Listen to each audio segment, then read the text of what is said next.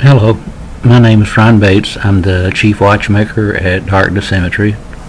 I'm also a theory of everything mathematical purist.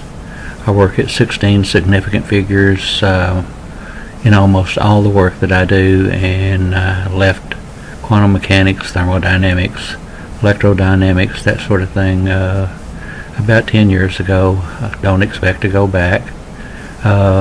Anyway, I want to welcome you to the new direction requirements for deleting global warming. I've recently had a heart failure, and all of the things that I intended to do and the things that I hoped you would in fact do, or anybody that works with me, that would be to take over my processes and defeat global warming. I'm having to change it all up because things have not progressed as they should have, and I'm essentially falling apart. Anyway, what I have to do is I've got to redo things. I know that I have a system that will in fact erase global warming. But because the CO2 molecules, say like up in the atmosphere, they are teeny tiny little guys, and the only thing that I can use is directional antennas and knock it down molecule by molecule. And because the CO2 in the atmosphere flows over the top of the Earth's surface and repeats itself every 7 days or so, it's not going to be all that hard to do. However, you can't hit it with any kind of volume or amplitude to the signal at all.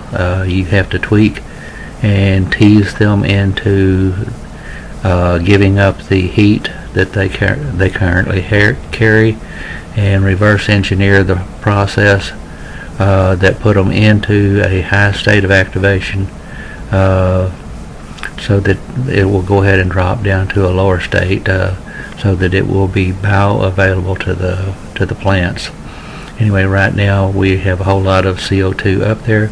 We've created it with cylindrical pulses, and that has caused it to go into a state of activation where the configuration is shaped in a cylindrical mode rather than a linear mode, and that's all based on space-time. Space-time is essentially cylindrical as opposed to being flat.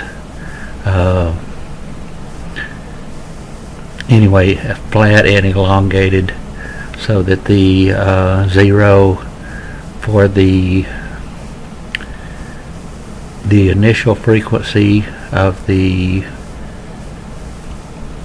CO2 molecule is, starting at one end of a linear molecule, goes around to the opposite end, which would be at 180, and then about midway up is 270, and the opposite to that is the 90 degrees. You're actually spinning this thing down so that it's moving in a cylindrical pattern as opposed to a just linear, flat, circular pattern. Anyway, it has to be reverse engineered so that that can occur, and if you don't do it, I can't see any other way that it can be done. Now, you might get real lucky and find it, and you might be able to just send me a nice little letter and tell me that I don't know what I'm doing, and hey, if you can prove that you can do it, great. Anything's better than what I had to do, because this was just damn near crazy.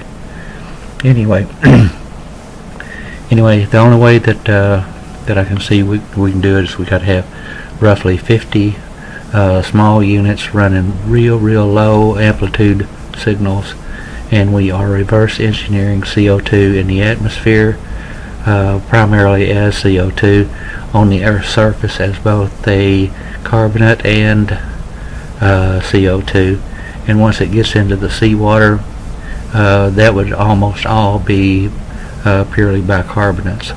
So If it's going to become bioavailable to the plants, we have to reverse engineer it so that the activity is shut down and the CO2 is available to the plants.